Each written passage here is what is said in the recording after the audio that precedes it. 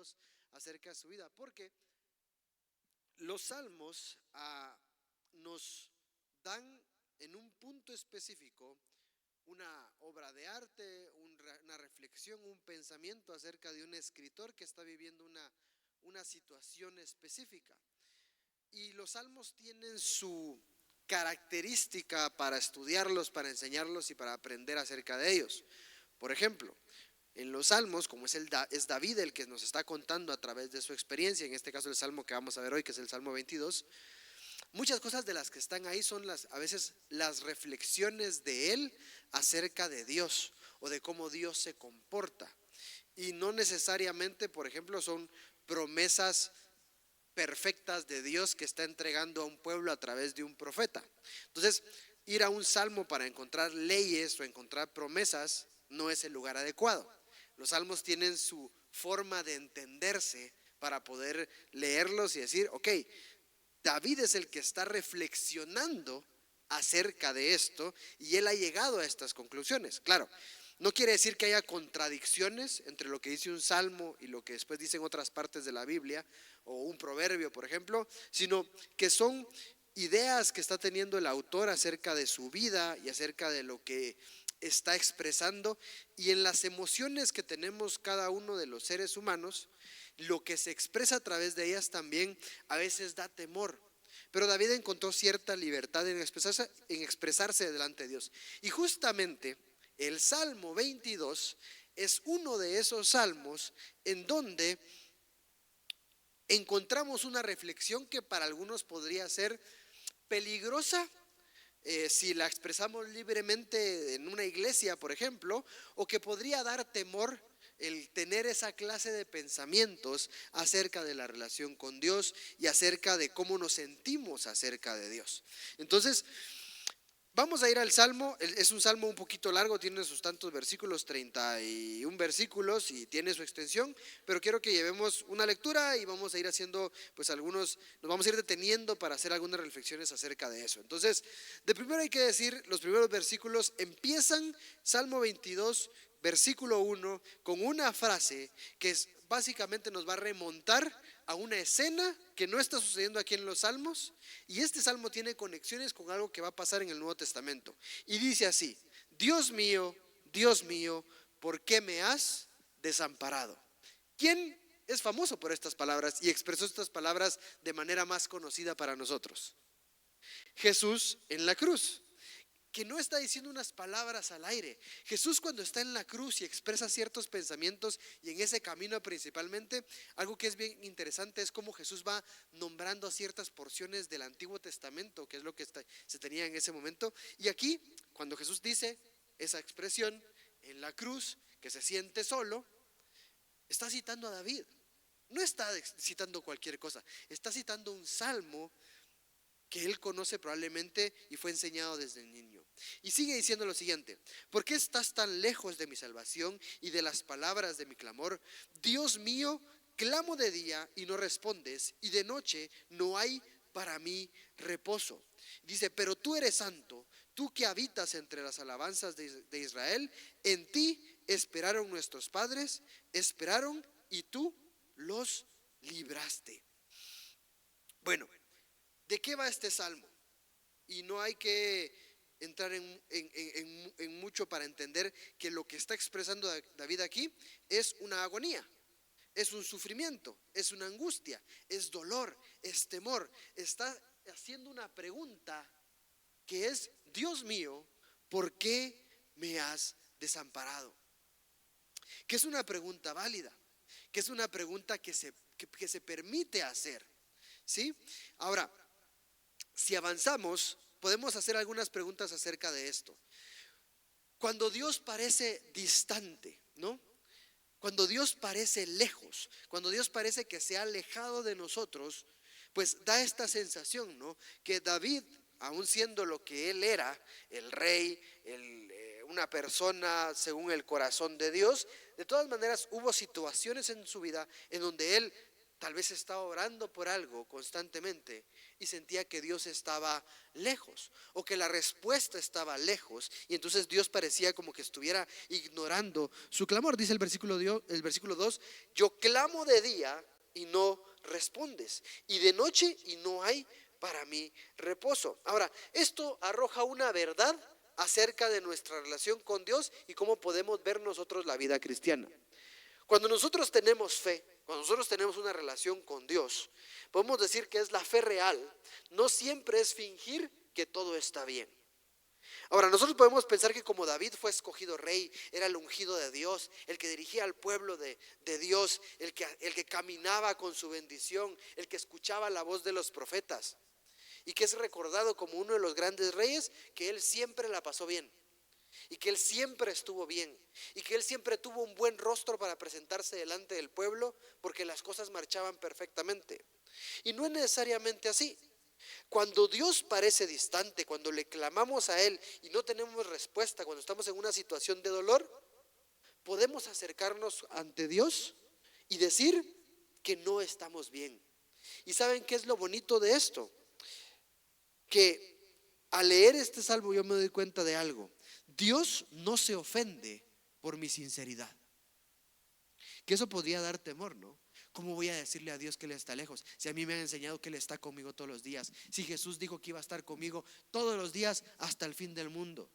Si yo puedo contar con su presencia. Si me han enseñado que el Espíritu Santo que vive adentro de mí, mora en mí, se comunica con mi espíritu y está todo el tiempo conmigo. Pero de todas maneras yo me siento a orar y lo siento lejos. Y le quiero expresar eso a Dios. Y Dios no se ofende por eso. Dios no me voltea a ver así como diciendo: tanto que te han enseñado y no has entendido, y se enoja conmigo. No, Dios no se ofende con eso. Y en nuestra relación, en la relación que nosotros tenemos con Dios, podemos acercarnos a Él y podemos expresar esos sentimientos que a veces nos podría dar temor ponerlos delante de Él. David no está negando a Dios, está expresando lo que siente, está expresando lo que hay en su corazón. Muchos creyentes se pueden llegar a sentir culpables por sentir duda, por sentirse solos o por incluso cuestionar lo que Dios está haciendo.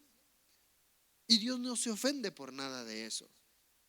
Ahora, como el salmo es una reflexión de David, seguramente en lo que David hacía en su escritura, conforme él iba escribiendo, pues es un viaje de su pensamiento acerca de lo que él está poniendo ahí.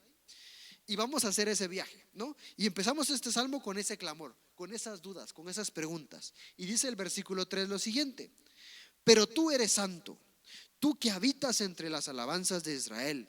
En ti esperaron nuestros padres, esperaron y tú los libraste. Clamaron a ti y fueron librados. Confiaron en ti y no fueron avergonzados. ¿Qué hace David luego de expresar estas preguntas? Y podría ser ese pasito que nosotros tenemos que dar luego de sentir esas dudas, luego de sentir esa soledad o de sentir la ausencia de Dios en nuestra vida. Lo primero que hace David es recordar quién es Dios. Recordarse a sí mismo quién es Dios. Cuando no entendemos lo que Dios hace, tenemos que recordar quién es Él. ¿Sí?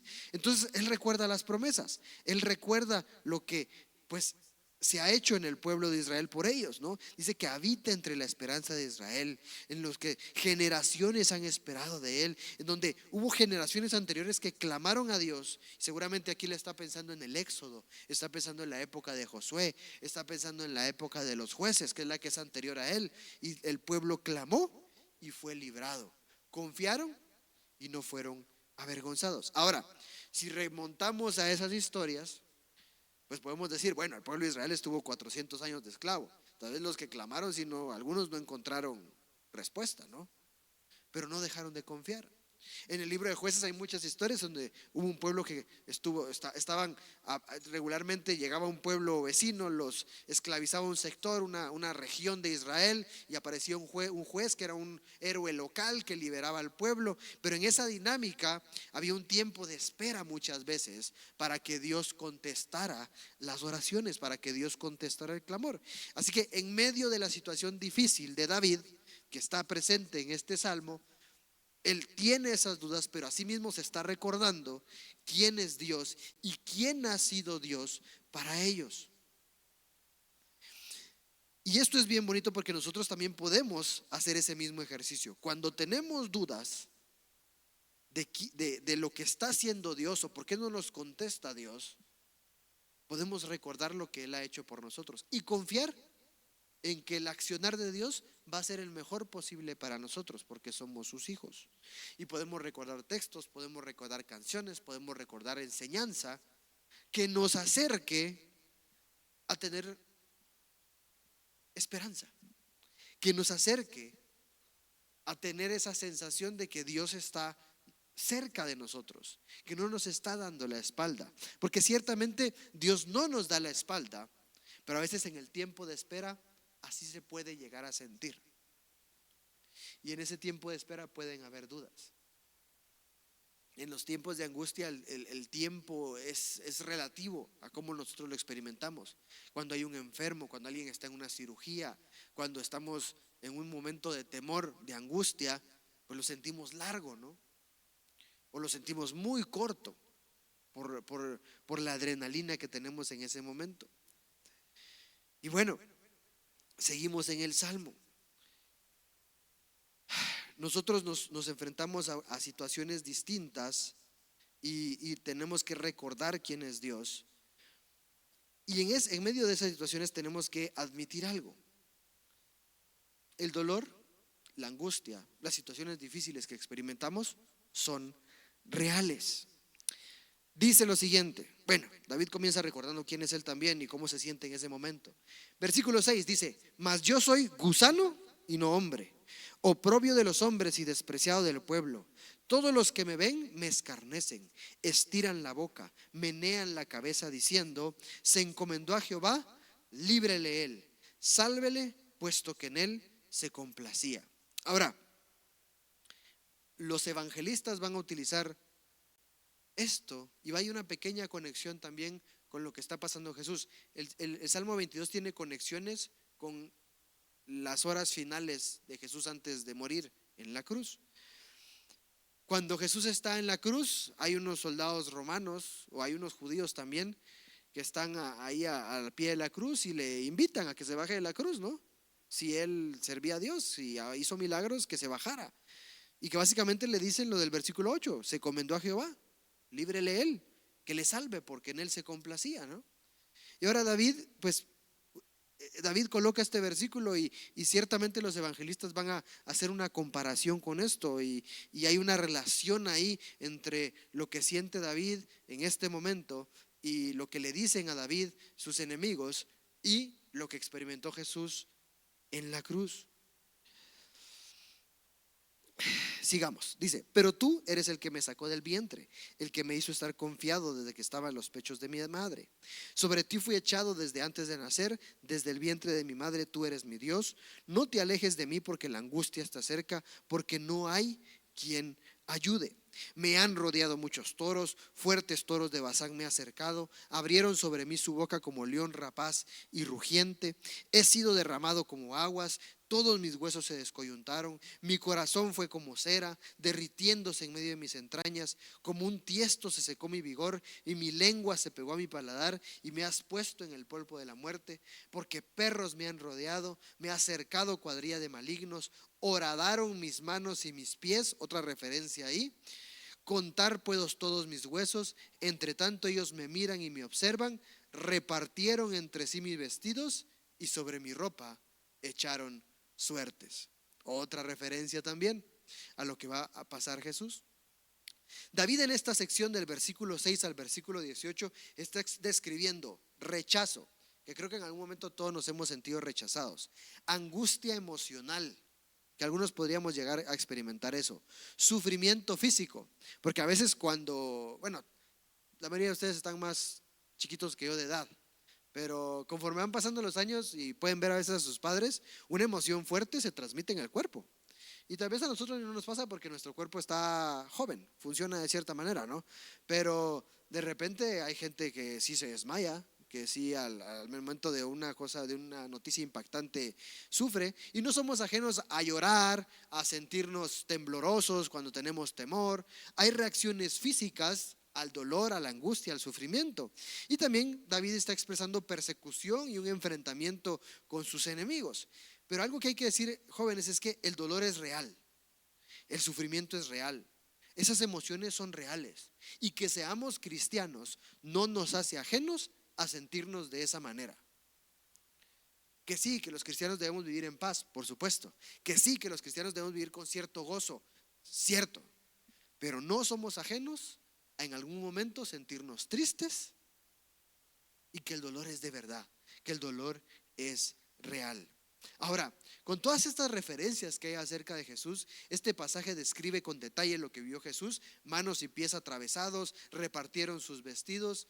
El Salmo 23 no nos está hablando solo de David, es también un salmo que curiosamente es profético acerca de Jesús y está anunciando las cosas que va a sufrir él más adelante.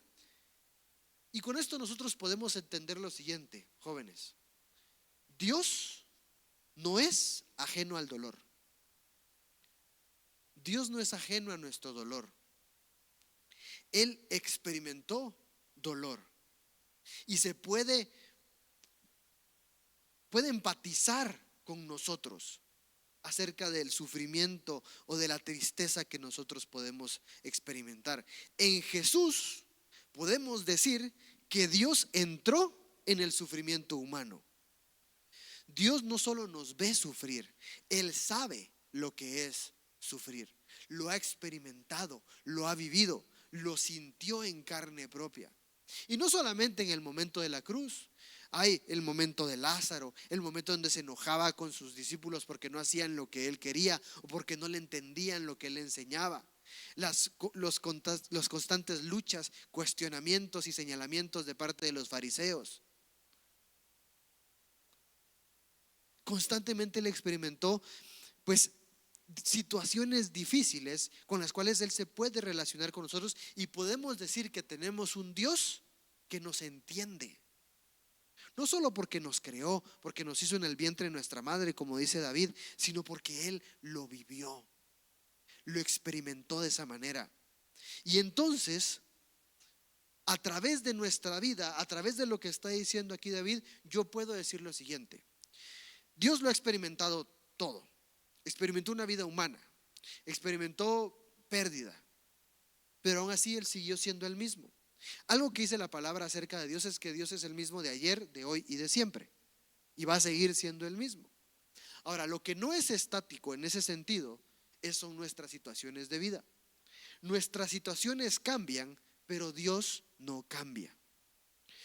Hay momentos donde estamos alegres, estamos celebrando, estamos pasando buenos momentos. Un cumpleaños es un buen momento. Celebramos, la pasamos bien, comemos bien.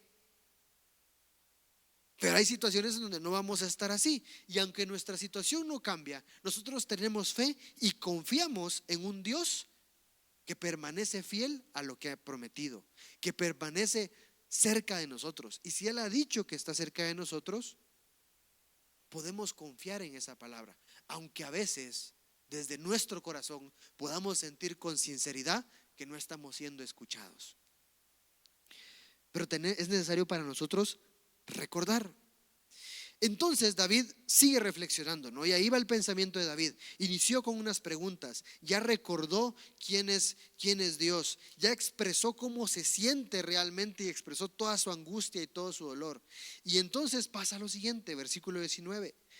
Comienza: mas tú, Jehová, no te alejes, fortaleza mía, apresúrate a socorrerme, libra de la espada mi alma, del poder del perro mi vida, sálvame de la boca del león y líbrame de los cuernos de los búfalos.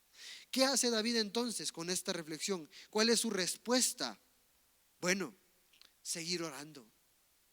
Porque aunque no veamos la respuesta inmediata, podemos estar confiados que Dios sigue escuchando. Porque David ya recordó quién es su Dios. David ya le contó a su Dios lo que está sufriendo. Y David ahora vuelve a pedirle a Dios, que seguramente estos versículos es la repetición de lo que él ha estado pidiendo a Dios y de la razón por la cual él no ha escuchado respuesta, y que expresó al principio que pareciera que no está siendo escuchado por Dios, pero recordando quién es él, dice: pues yo vuelvo a pedir y me vuelvo a acercar a Dios y le vuelvo a pedir a Jehová que no se aleje de mí, que no me suelte, que se mantenga cerca de mi lado. Entonces, ¿qué podemos decir nosotros de esto, jóvenes? Que cuando nosotros nos sintamos en una situación de tristeza, en una situación en donde nos sentimos desconectados de Dios, la respuesta correcta es seguirle buscando, no abandonar la oración, no abandonar la fe, seguir teniendo esperanza. La respuesta de Dios llegará eventualmente. Hay que ser perseverantes, ¿no? Si nosotros no hacemos eso, le damos al dolor, le damos a nuestro sufrimiento la última palabra. Le damos fuerza sobre nosotros para que nos domine. Y entonces ya no pasamos de un momento de angustia y podemos caer en estados de depresión, que eso ya es un estado psicológico, tiene otras consecuencias. Yo no soy experto en ese tema, pero yo sé que un estado de depresión clínicamente llevado es peligroso, y ya es la mente jugando con ciertos pensamientos negativos, incluso hasta peligrosos para la persona. Entonces nosotros, que tenemos una esperanza en un Dios que nos escucha, no podemos permitirnos llegar hacia esos lugares.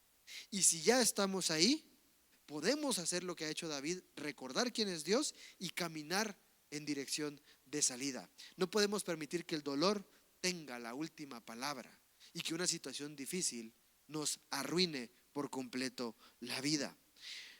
Lo que es dolor hoy se puede convertir en la alabanza del mañana, y eso es lo que hace David. Versículo 22 hace lo siguiente, dice así: después de la reflexión, David le dice a Dios lo siguiente: anunciaré tu nombre a mis hermanos, en medio de la congregación te alabaré. Los que teméis a Jehová, alabadle, glorificadle, descendencia de toda de Jacob, y temedle vosotros, descendencia toda de Israel, porque no menospreció ni abominó la aflicción del afligido, ni de él escondió su rostro, sino que cuando clamó a él, le oyó. De ti será mi alabanza en la gran congregación. Mis votos pagaré delante de los que le temen. Comerán los humildes y serán saciados. Alabarán a Jehová los que le buscan. Vivirá vuestro corazón para siempre. Se acordarán y se volverán a Jehová todos los confines de la tierra, y todas las familias de las naciones adorarán delante de ti, porque de Jehová es el reino y él regirá las naciones. Comerán y adorarán todos los poderosos de la tierra, se postrarán delante de él todos los que descienden al polvo, aun el que no puede conservar la vida a su propia alma. La posteridad le servirá. Esto será contado de Jehová hasta la postrera generación. Vendrán y anunciarán su justicia. A pueblo no nacido aún anunciarán que él hizo esto. Básicamente, en el proceso de David de enfrentar su dolor, él culmina con alabanza, alabando a un Dios que no le ha contestado, pero que él confía en que la respuesta va a llegar, alabando a un Dios no por lo que él va a hacer, sino por lo que él ya ha hecho, alabando a un Dios con fe, con esperanza, y proclamando que ese Dios, que es el propio, naciones lo alabarán, y que esas noticias llegarán a otros, y que será de testimonio para otros pueblos. Tanto así que habla de no nacidos que van a anunciar lo que Dios ha hecho. Y en ese versículo están ustedes y estoy yo. Aquellos no nacidos que seguimos contando lo que Dios ha hecho en nuestras vidas. Ahí estamos metiditos en esta parte de este salmo. ¿Y qué contamos nosotros ahora? Bueno, David no lo sabe, pero en su salmo colocó los sufrimientos del Mesías, colocó pequeñas partes de lo que el Mesías hará referencia luego en un futuro. ¿Y qué contamos nosotros? Ese pueblo no nacido anuncia lo que Dios ha hecho, lo que Jesús hizo por cada uno de nosotros. El Salmo 22, jóvenes, nos enseña un proceso espiritual para sufrir cristianamente, por decirlo de alguna manera, o para atravesar situaciones difíciles. ¿Qué es lo primero? Jóvenes, honestidad en el dolor. No sientan vergüenza, no sientan culpa si se sienten tristes, si están pasando una situación complicada. Miren, cuando hay tiempos de peticiones en la iglesia, lo que menos quiere hacer la gente es quedar en evidencia que está lejos de Dios. Es bien fácil pedir que yo, porque Bianca está enferma, recordémonos de Bianca que está enferma, pero que yo me pare en una célula o un domingo a decir: hermanos, por favor, ven por mí, porque siento que estoy alejado de Dios. Eso es bien difícil, que lo podamos hacer delante de otros, y a veces nos cuesta incluso delante de Dios. Tenemos que ser honestos cuando sentimos esa ausencia de Dios en nuestra vida, honestos acerca de nuestra angustia. Segundo, recordemos quién es Dios. No podemos olvidar esa parte. Ustedes están aquí los sábados, están aquí los jueves en las células, los miércoles cuando tenemos discipulado, los domingos han recibido enseñanza. Pueden recordar quién es Dios, tienen conocimiento acerca de Él. Tercero, tenemos que entender que Dios no está ausente, que Dios está presente porque Él lo ha prometido. Cuarto, confiemos en su respuesta, tengamos esperanza, hay que tener paciencia, hay que ser perseverantes. Y quinto, perseveremos en la alabanza, que sigamos contando, porque miren, en las canciones también recordamos lo que Dios ha hecho. Qué bonito es cantar. Y hay canciones que lo ponen a uno melancólico, que lo ponen a uno nostálgico, que lo ponen a uno, la música tiene esa magia, ¿no? De transmitir a uno las emociones con los acordes, y hasta hay una psicología acerca de cómo funciona eso, pero realmente en la alabanza nosotros recordamos. Y para David me imagino que era una herramienta para él sobrellevar diversas pruebas o situaciones difíciles. Para muchos la música también, con eso sobrellevan el dolor, hasta los que no son creyentes. Cuando a alguien lo acaban de cortar, lo acaba de dejar la novia, hay un engaño, hay muchas canciones de eso, ¿no? Y de sufrimiento, y se desahogan escuchando acerca de eso, ¿no? Pues también nosotros, cuando sintamos la ausencia de Dios en nuestra vida, recurramos a la alabanza para hacer todo este ejercicio. Entonces, el Salmo 22 es un ejercicio espiritual, es un proceso que hizo David, que los deja a nosotros, que lo podemos tomar de ejemplo para nuestra vida y hacerlo en nosotros una herramienta